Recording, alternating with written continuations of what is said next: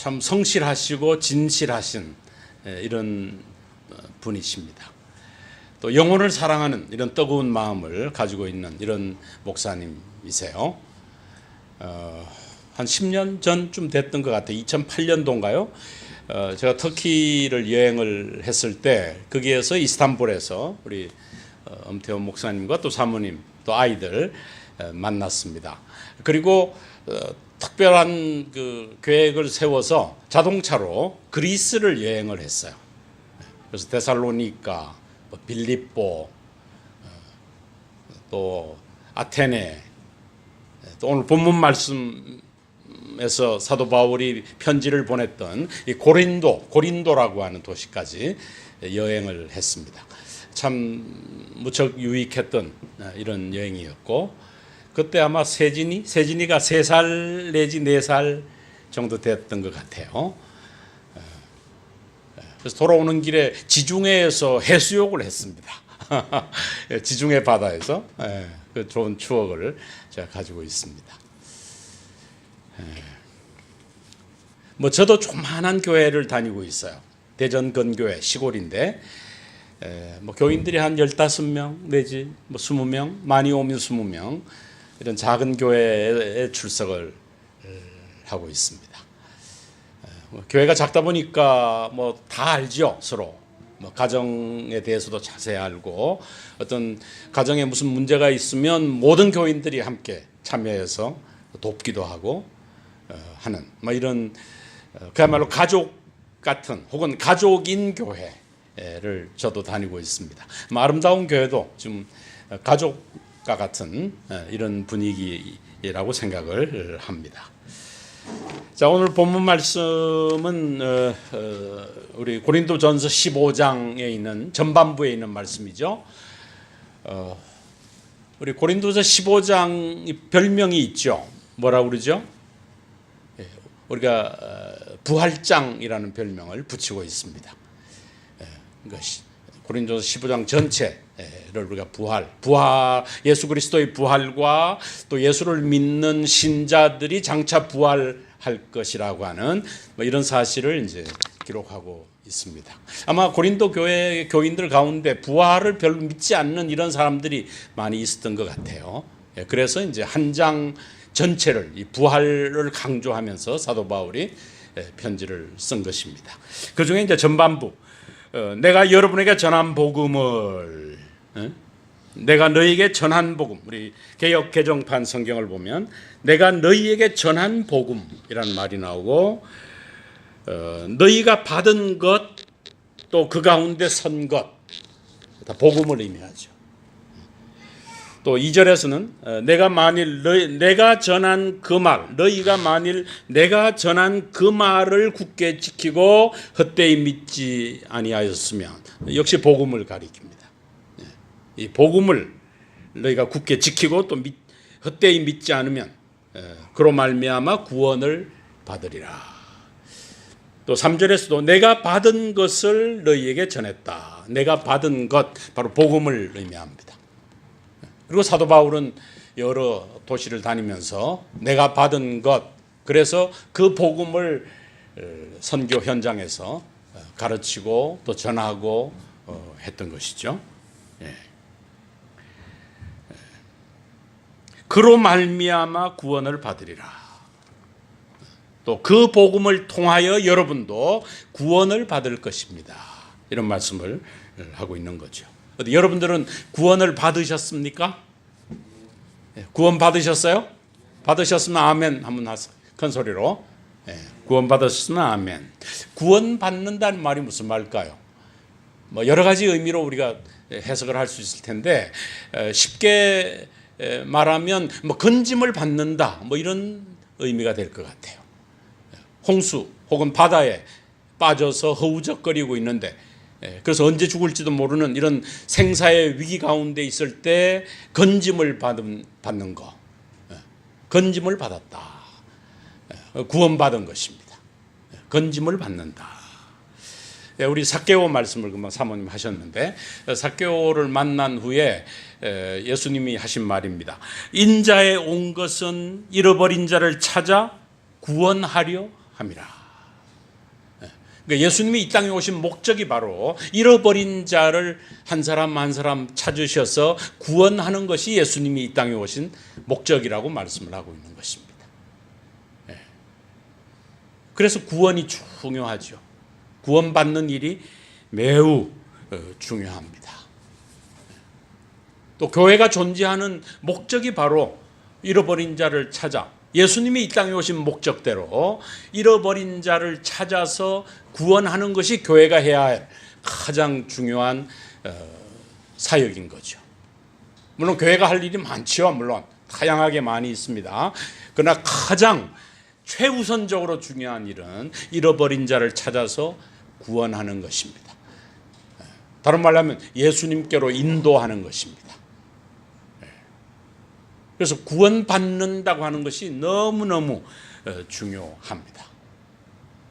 저는 미국에서 유학생활 하면서 한 10년 정도 목회를 했었어요. 개척교회, 어려운 교회 공부하면서 이렇게 목회를 했었는데, 근데 그때 이제 전도 폭발이라고 하는 프로그램이 개발이 되었었습니다.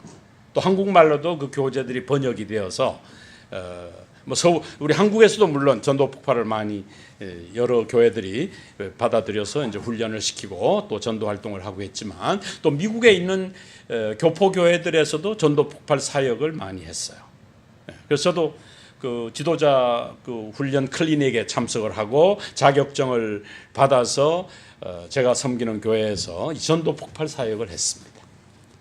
참 좋아요. 참 한 영혼을 주님께로 인도하는 이런 좋은 도구가 바로 전도 폭발이라고 하는 훈련 프로그램이었습니다.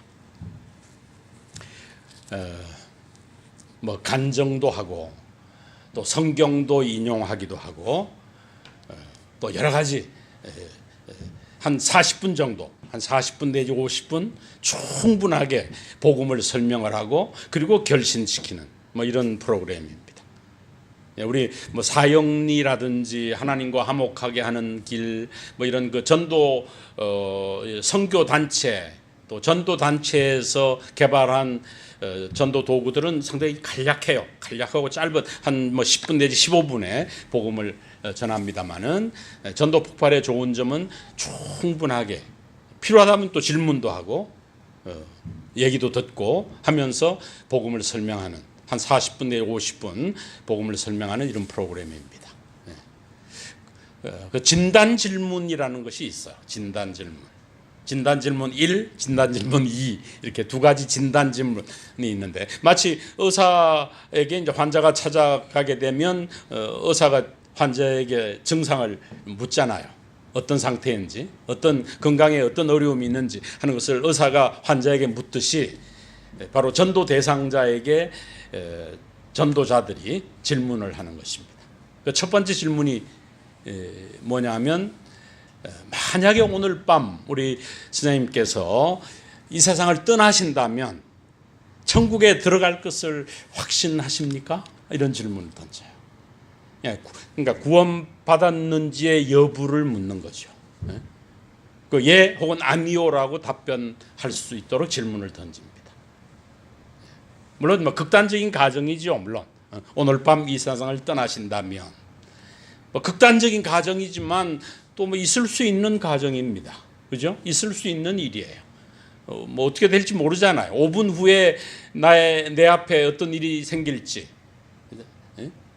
또 자동차 운전하고 가다가 사고를 당할지, 아니면 지진이 나서 갑자기 내가 땅속으로 들어갈지, 아무도 모르는 것이 우리의 인생입니다.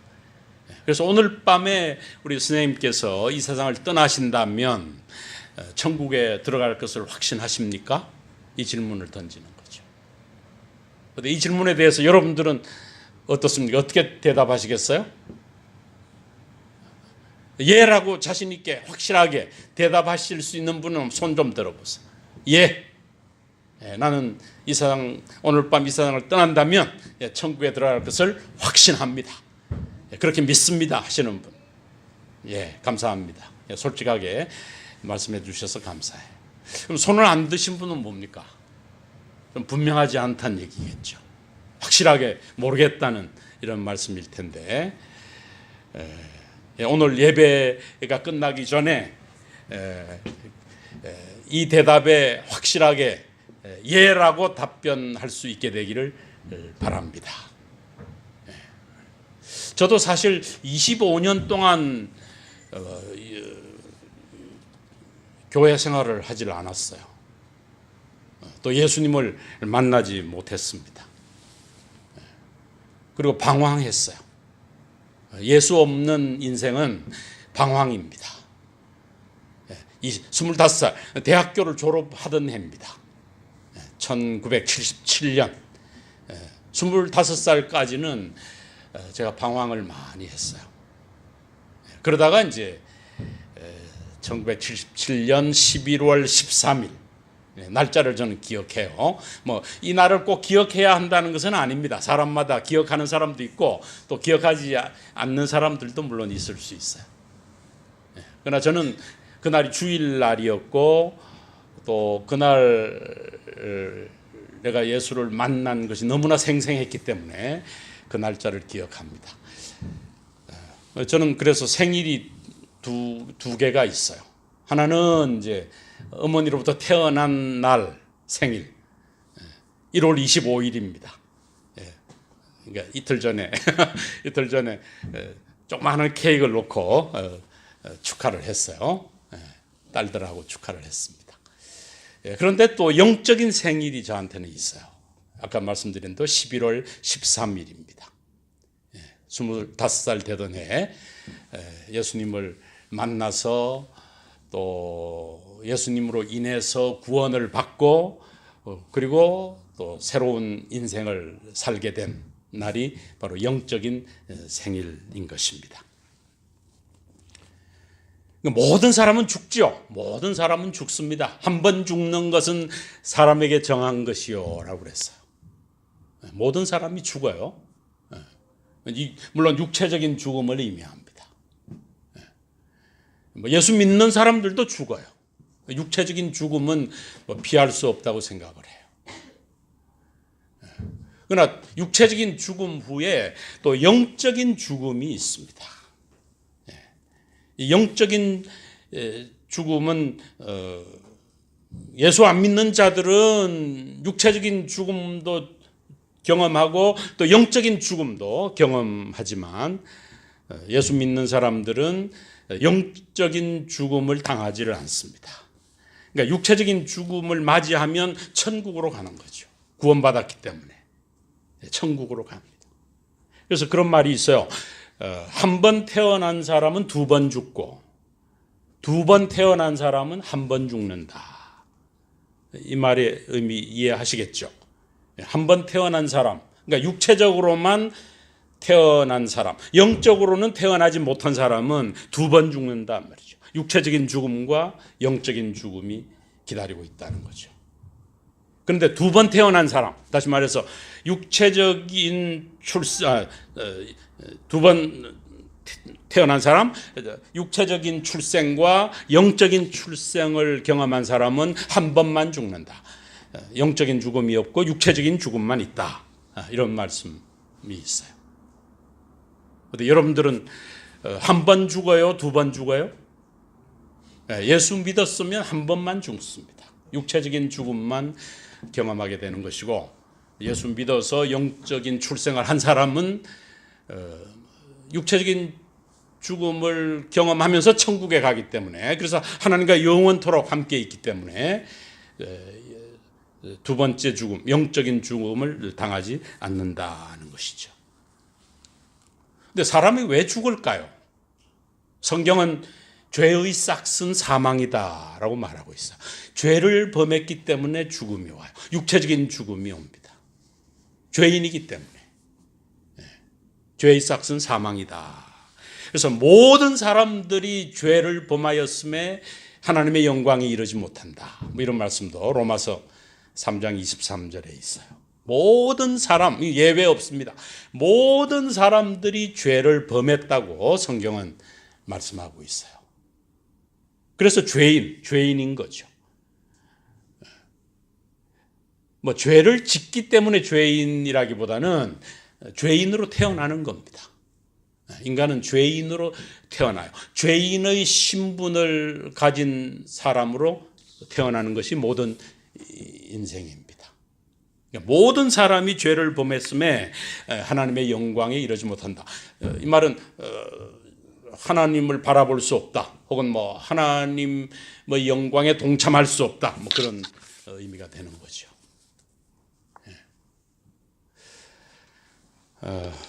뭐 저는 한때 무척 교만했었습니다. 아주 병적으로 교만했어요. 뭐 어릴 때는 제가 6남매 가운데 막내로, 3남 3녀의 막내로 태어났는데, 어릴 때는 운동 좋아했어요. 또 학교 뭐 달리기, 학교 대표 선수, 달리기 대표 선수, 또 뭐 송구, 그 당시 핸드볼, 골키퍼 또 하기도 하고, 운동을 좋아했습니다. 또 노는 거 좋아했어요. 뭐 자신만만하게 이렇게 살았습니다. 이제 시골에 이제 아버님이 공무원이셔서 여러 지역을 이렇게 정근을 다니시고 했는데, 그래서 대구에서 태어나서 부산에서 살다가 초등학교 때, 그리고 전라도 남원에 가서 또 좀 살았어요. 1학년부터 3학년까지 살다가 또 4학년 때는 경주에 가서 살았습니다. 경주 살다가, 그리고 이제 5학년부터 중학교 3학년까지는 경북 상주라는 곳에 살았어요. 아버님이 정근을 가시면서 이사를 갔습니다. 상주에서 비교적 이제 초등학교 5, 6학년, 중학교 3년 다녔기 때문에 뭐 상주가 마치 제 고향처럼 이렇게 느껴지기도 합니다. 뭐 그 당시는 교통이 썩 좋지 못해서 김천에서 내려서 갈아타고, 그리고 완행 열차를 타고 그 상주까지 올라가고 뭐 그랬습니다. 또 이제 내륙 지방에 있기 때문에 그 당시는 뭐 생선도 별로 없었어요.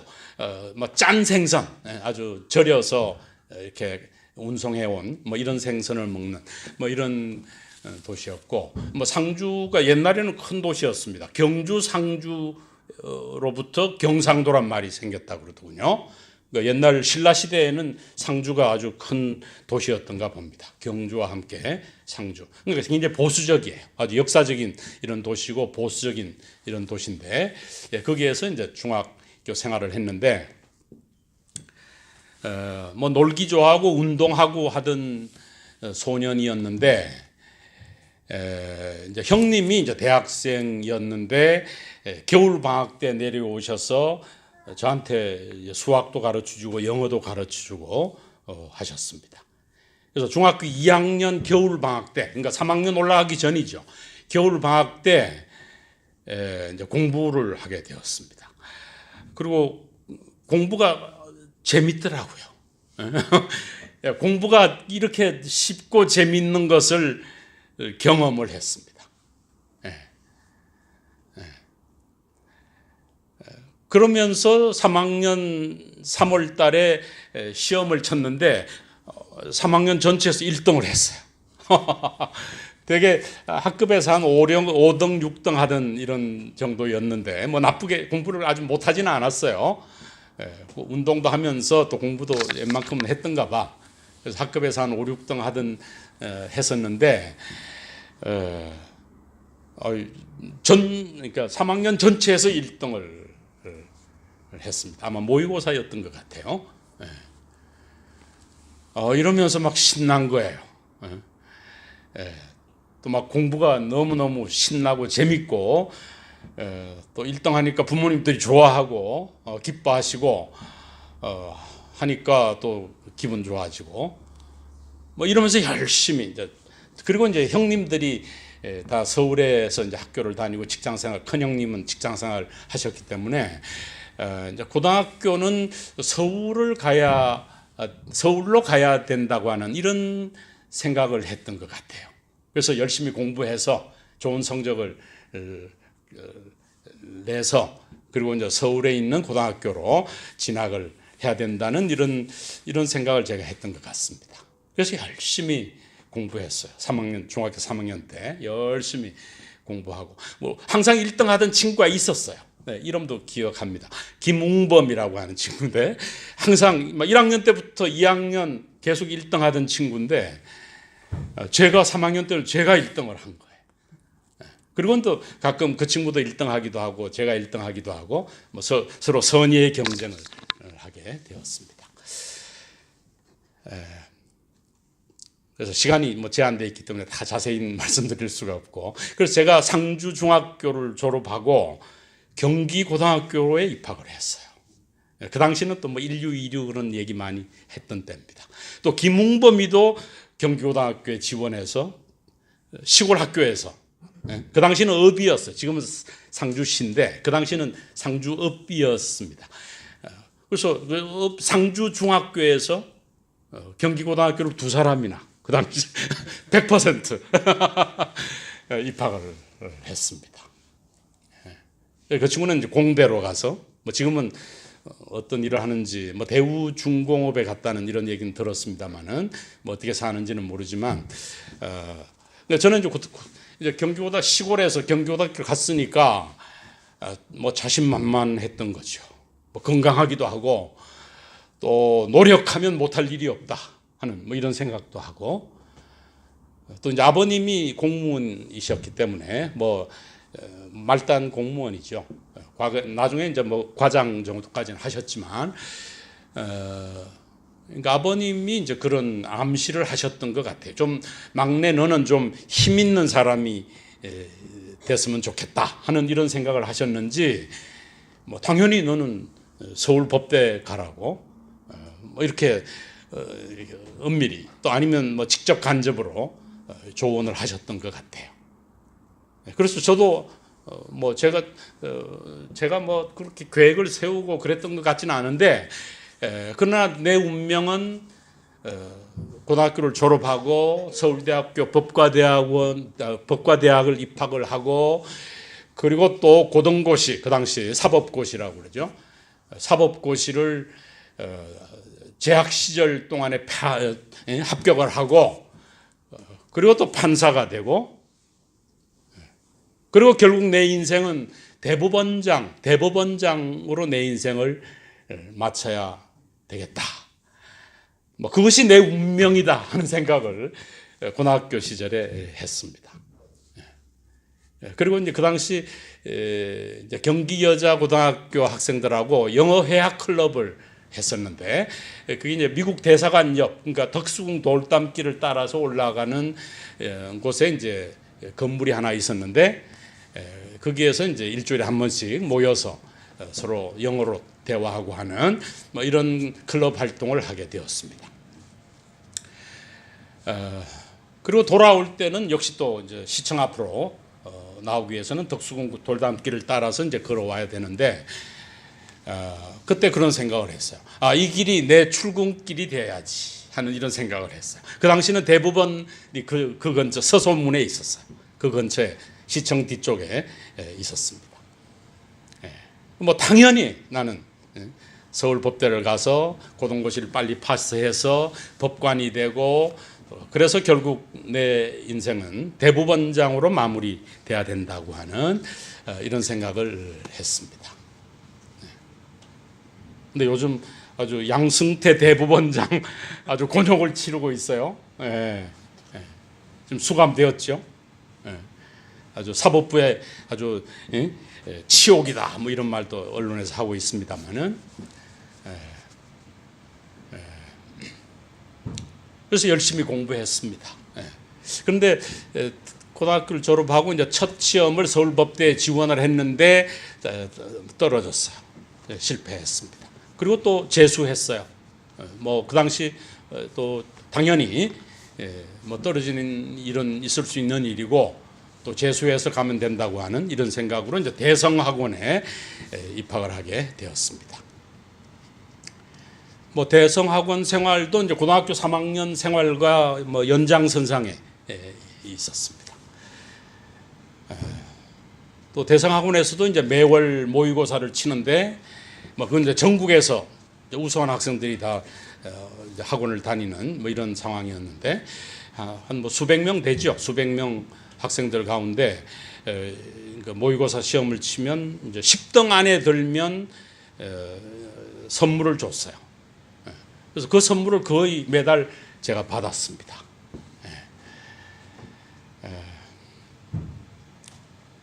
그런데 이제 입학 시험을 앞두고 대학생이 된 친구가 저를 학원으로 찾아와서 뭐 이렇게 뭐 차라도 한잔 하자 하면서 이제 찾아왔는데, 그래서 캄캄한 밤에 그 다방을 향해서 가다가 그 공사 현장, 아마 그 건물 공사 현장이 옆에 있었어요. 추운 날씨죠. 뭐 12월 말 1월 초니까 추운 날씨인데 미끄러져서 제가 그 웅덩이에 빠지게 되었어요. 그러니까 물 속에 잠긴 거야. 그러니까 추웠던 거죠. 추운 상태에서. 그래서 뭐 다방에 갈 그런 상황도 아니고 해서 그냥 집으로 돌아왔습니다만은, 그때 아마 굉장히 추웠던 것 같아요. 젖은 옷을 입고 한 30분 정도 버스를 타고 집으로 돌아왔기 때문에 아주 큰 뭐랄까 독감에 걸렸어요. 온몸이 막 떨리고 춥고 하는 이런 독감에 걸렸습니다. 그러니까 이제 또 감기약을 사서 먹고 이러면서 몽롱해지는 거예요. 그리고 감기약 먹으면 이렇게 잠이 오고 그러지 않습니까? 시험을 이제 뭐 한 열흘 정도 앞두고 그런 일을 당하게 되었습니다. 그러면서 뭐랄까요? 뭐 일종의 착각이기도 하고, 아니면 뭐 요즘 이제 지금 생각하면 마귀가 그런 마음을 심어 줬으리라고 생각하는데, 다 잊어버린 것 같아. 공부한 내용들이 멍한 것 같아요. 머리가 멍한 상태가 된 것 같고 다 잊어버린 것 같아. 또 자신이 없어. 이런 상태로 내가 어떻게 시험을 칠 수 있을까? 또 서울대학교 법과대학을 갈 수 있을까 하는 이런 불안 초조, 뭐 이런 것이 온 거죠. 또 그 당시 이제 그 대성학원 원장이 특별하게 이렇게 입시 면담, 입시 상담을 해주는 이런 경우가 있었는데, 저도 가서 대화를 했는데, 너는 신경 쓸 거 없다고, 대한민국 어느 대학이라도 가라고 이런 얘기를 하는데, 나는 지금 멍해 있는 거예요. 다 잊어버린 것 같아. 불안해. 그런 경험을 제가 하게 되었고, 그래서 서울법대 원서를 썼다가 찢어버리고, 그럼 좀 점수가 카트라인이 낮을 수 있는 이런 곳으로 가자 해서 그 당시 서울물리대라 그랬어요. 지금은 인문대학입니다만은 서울물리대 국사학과에 지원을 하게 되었습니다. 뭐 내가 국사학을 공부해서 학계를 위해서, 또 우리나라 역사를 바로 세우기 위해서 이런 사명감을 가지고 국사학과를 지원한 것이 아니라, 이게 이제 잘못된 생각이죠. 서울대학을 가야 되니까 전공 그런 거 신경 쓸 틈이 없이 서울대학을 가야 되니까 국사학과에 지원을 하는 아주 잘못된 이런 생각을 가지고 이제 지원을 하게 되었습니다. 그래서 그러다가 이제 시험 치기 한 3, 4일 전에 영화를 봤어요. 시험 공부 열심히 해야 되는 이런 상황인데, 헐리우드 극장이라고 종로 2가인가에 3가 파고다공원 옆에 있는 헐리우드 극장, 3류 극장이죠. 가서 영화를 보는데 태양은 알고 있다, 알랑들롱 나오는 이런 영화를 봤는데, 그 영화 속에 이제 지중해 보트를 타고 그래서 막 살인 사건이 일어나고 하는 뭐 그런 내용이라고 기억해요. 그런데 아주 지중해 그 파란 하늘, 장렬하는 태양, 뭐 이런 모습을 보니까 기분 전환이 됐던 것 같아요. 그리고 영화를 보고 나오는데, 그러니까 햇볕이 확 비치고 하니까 아유 너무 상쾌해요. 기분이. 정신이 번쩍 들어요. 아, 내가 왜 이러고 있지? 내일 모레 지금 시험인데 막 이러면서 이제 집으로 막 달려갔어. 그리고 공부한 내용들을 쭉 훑어보니까 다 기억에 나. 다 사라졌던 기억이 다 돌아온 것 같은 뭐 이런 느낌이 들고, 뭐 그러나 이미 지원은 법과대학으로 지원한 게 아니라 이제 국사학과에 지원을 한 거죠. 그래서 시험을 치는데 시험이 너무 시시해, 너무 쉬워, 쉽게 말해서. 뭐 수학이나 영어 같은 것도 뭐 시간이 남아. 그래서 시험 뭐 치고 미리 나오기도 하고 이래서 시험을 치루었습니다. 그리고 한 열흘 후에 대성학원에서 좀 오라고 연락이 왔어요. 그래서 가보니까 과수석을 했다고 상을 받으라고 이렇게 연락이 왔어요. 그리고 나중에 알고 보니까 그 입학시험 점수가 법과대학 카트라인보다 훨씬 상회하는 이런 점수를 받은 거예요. 이때부터 저는 막 혼돈이 일어나기 시작했습니다. 또 내가 왜 살아야 되는지, 삶의 어떤 목적을 상실했어요. 또 삶의 의미도 모르겠어요. 왜 내가 살아야 될 것인지. 또 종로 5가에서 버스에 내려서 그 당시 물리과대학으로 가다 보면 법과대학을 거쳐서 가게 돼 있어요. 도로변에. 법과대학을 지날 때 보면 학생들이 뭐 농구도 하고 도서관에서 공부하고 하는 이런 모습을 보니까 막 뭐랄까요, 막 울분이 치솟아 올라오는 거예요. 그래서 저는 이제 물리과대학에 가서 국사학과에 가서 공부를 하고, 그래서 대학교 1, 2, 3학년까지는 왜 살아야 되는지, 뭘 하고 살아야 될 것인지 인생의 목표가 없었습니다. 방황했어요. 지금 생각하면 참 국사를 정말 본격적으로 공부했다면 또 그 영역에서 또 어떤 중요한 일을 했지 않았겠는가 하는 생각은 들지만, 그러나 그 당시로서는 그런 생각이 없었습니다. 대학교 4학년 때는 뭐 유서도 쓰고 그랬어요. 유서 한국일보 옥상에서 뛰어내리자. 안국동에 있는, 그 당시 지금도 아마 그럴 겁니다. 그 당시로서는 높은 건물이었어요. 한 11층 되는 건물이었는데 거기서 그 바깥으로 계단이 있어요. 그래서 막 계단을 뛰어 올라가서 점프함으로 내 인생을 끝내자. 뭐 이런 생각을 항상 대학 시절에 했었습니다.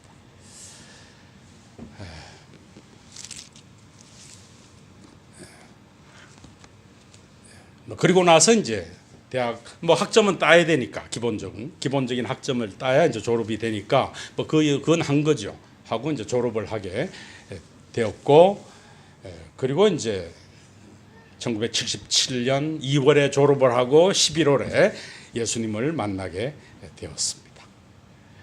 그러니까 하나님께서는 제가 너무 교만하고 하니까 좀 특별한 방법으로 하나님께서 저를 몰아가신 것 같아요. 그래서 육체적인 고통, 또 정신적인 고통, 이런 고통을 하나님께서 허락하시면서 하나님이 원하시는 길로 저를 자꾸 인도해 가신 것 같습니다.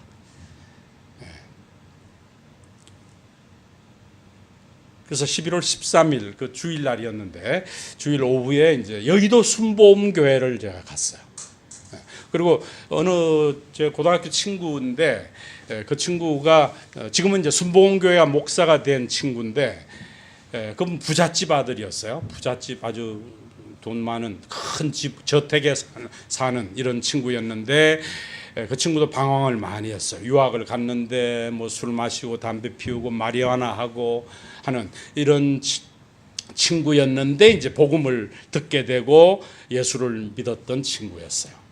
그래서 그 친구가 이제 제가 졸업을 했을 당시에 여의도 순복음교회를 한번 가보라고 하는 이런 제안을 하더군요. 그래서 그 당시에 이제 조용기 목사님이 설교하고 한 이런 때였는데 막 가니까 막 박수 치고 막 이상한 소리로 막 기도하고 하는 이런 게 굉장히 안 좋았어요. 거부 반응이 많이 있었어요. 그런데 조용기 목사님의 설교는 아주 저한테 필요한 설교라고 여겨졌어요. 강팍한 제 마음을 막 두드리고 흔들고 하는 뭐 이런 메시지를 주셨습니다. 그래서 이제 결국 그 교회 지하 조그마한 방에서 그 당시 그 11월 13일 날 제가 마치 홍수에 막 떠내려가는 것 같았어요. 홍수에 막 떠내려가는 이런 상황이 연상이 되면서 막 하나님께 살려달라고 막 울부짖었어요. 살려주세요. 아주 원색적인 이런 기도를 드렸습니다. 살려주세요. 살려주세요. 한 시간 정도 그렇게 부르짖었을까요? 그런데 어느 순간 예수님이 저를 탁 가로채시고 품에 탁 안은 것 같은, 제가 예수님 품에 안긴 것 같은 이런 느낌을 가졌습니다. 무척 좀 감정적인 이런 체험이라고 할까? 그런 느낌을 경험하게 되었습니다. 그러니까 예수님 품에 안겼다고 하는 이런 생각을 가지니까 이제 살았다 하는 이런 생각이 들었어. 이제 살았다. 예.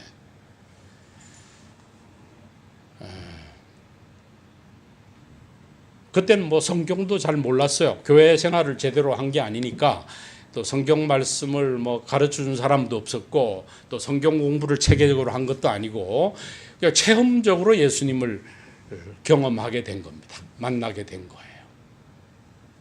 그 후에 이제 제가 침례교회로 출석하게 되면서 이제 성경을 배우고 했습니다만은 그리고 그날 제가 25년 동안 한 번도 해본 적이 없는 생각이 떠올랐습니다. 마치 실로라기 하나가 깊은 호수에서 이렇게 떠올라오듯이 제 마음 깊은 곳에서 희미하지만은 생각이 하나 떠올랐어요. 목사가 되면 좋겠다 하는 생각이 떠올랐습니다. 나처럼 이렇게 방황하고 괴로워하고 하는 이런 젊은이들을 주님께로 인도하는 일, 참 목사가 되면 참 좋겠다 하는 이런 한 번도 생각해 본 적이 없는 생각이 그날 떠오르게 되었습니다.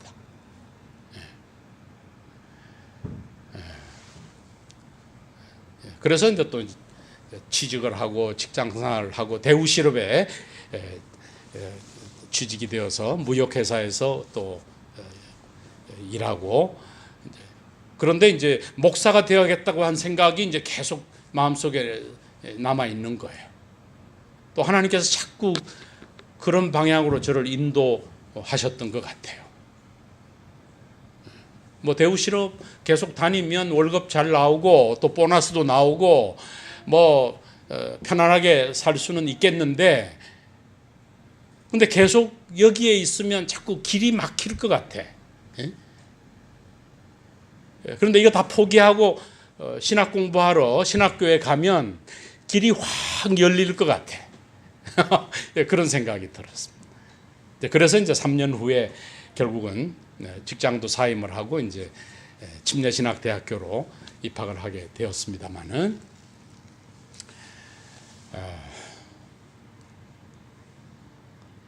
그래서 결국 이제 목사가 되었습니다. 감사해요. 법관이 하는 일은 뭡니까? 법관은 죄를 정해주는 일이죠. 죄인에게 언도를 내리고 판결을 해서 죄를 정해주는 일을 하는 것이 법관의 일, 판사의 일인 거죠. 물론 사회 정의를 위해서 그 일도 귀한 일입니다, 사실은. 그러나 목사는 뭡니까? 죄를 용서하는 일을 하는 거죠. 뭐 목사가 죄를 용서하는 건 아니지만 하여튼 예수 그리스도 그분이 죄를 용서하는 일을 하시는데 그 일을 돕는 일을 하는 것이 이제 목사의 일인 거죠. 그래서 목사가 된 게 저는 너무 감사해요. 제 동기들 가운데 법대 가서 뭐 정치인이 된 사람들도 있고 또 뭐 법관이 된 사람들도 있고 또 변호사들이 또 많이 있고 합니다만은 저는 한때는 번민하고 괴로워하고 방황하고 했었지만 목사가 된 것이 너무 감사합니다. 할렐루야. 할렐루야. 목사가 됐으니까 이 자리에 여러분들을 만나게 됐죠. 얼마나 감사한지 몰라. 근데 또